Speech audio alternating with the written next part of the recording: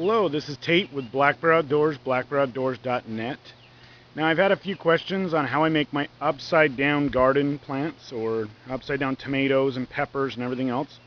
We've changed them a little differently than we had last year. I'll show you some of the differences. One, we are using a lid so we can actually hold the moisture in.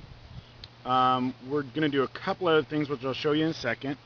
The biggest difference is we've moved our holes about 5.5 inches up the side of the plant, so that will actually allow them to have a little bit more dirt underneath them for one, and protect them a little bit more from the heat, so a little more insulated of a plant, so they have a little bit of roots down and a little bit of roots up. Now I found that most of the time you can grow just about any tomato in one of these guys, but they do best with the smaller tomatoes. So I have a Roma on this side and a Sweet 100 on this other side. Now my plant started out at about the 10-inch mark, and I've broken off leaves just like you saw in our transplant video.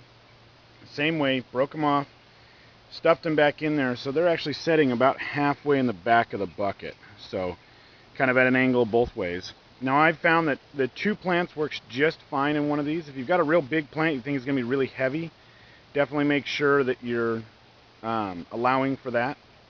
Now the way I make these buckets, it's just a regular 5-gallon bucket. We put a nice big, hole on each side, about a 2-inch hole on each side, and then all the way around the bottom, we put holes all the way through the bottom for aeration, just like you would see on a regular pot. Now, then we take the lid and we put a nice 2-inch hole in top, and that allows us to pour water in it without having to take off the lid all the time. So if the lid's on top, we're going to pour water on top. Now another thing we've done is we've added one of these guys, which is an old pot that we got, an old transplant pot that actually sets right in the top like this, and with dirt all the way around it, and allows you to be able to drench it without it running right out the sides, because that was a problem we started out with last year. Was it would just, as soon as we'd fill it up, it would just all run out the sides and nothing was actually getting to the plant. So we started with these and actually improved our yield quite a little bit.